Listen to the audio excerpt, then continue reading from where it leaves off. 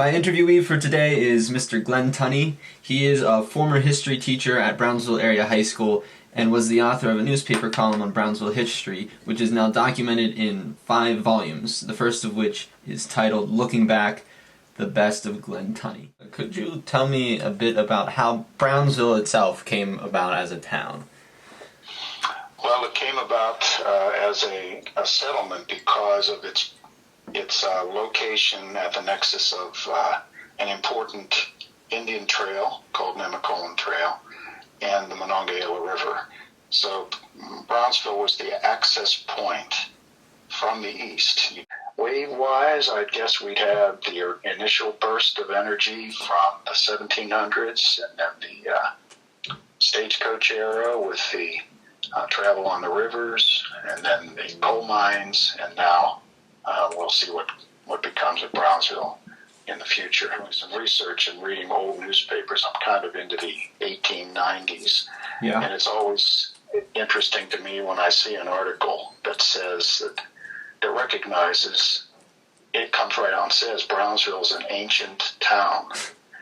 And I'm thinking, gosh, this was written in 1899. And we're thinking of it today, the 120 years later, we think it's, got its historical roots, but already it was recognized as an ancient town relative to some of the others. People are constantly saying when you round that bend above West Brownsville and Brownsville comes into view, that it's a pretty impressive sight. Yeah. We're so used to it. We've seen it all of our lives.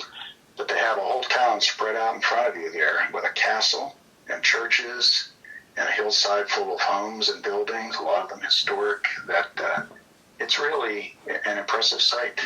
And I just think that it has its own attractions that the people who live here don't really notice so much because, it's old hat to us. Right.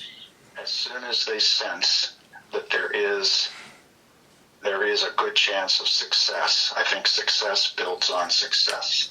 And I think that's why you've seen a couple of restaurants open, a couple of other businesses move into town, some other projects underway.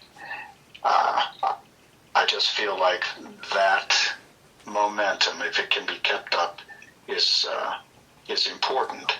And I don't know that the next wave has started yet or not. I'm trying to decide. I don't think it's going to be a manufacturing wave or a business wave. I think it might be more of a pleasant place to live wave with a river as an extra bonus. And I'm just curious to see what's going to come of it all because the recent initiatives by the Perennial Project and others, I think it's encouraging that those are being done by the people rather than the government. Yeah. And that it's a surge from within rather than just waiting for somebody to come and do it for us. It's being done by the people who live here. So I do feel that there's plenty of potential in recreation, and I think that the residential attractions of Brownsville, especially up on the north side and up on the south side, I just sense that maybe that next wave is underway. We may not realize it yet, but I'm encouraged a lot so far as the future of Brownsville.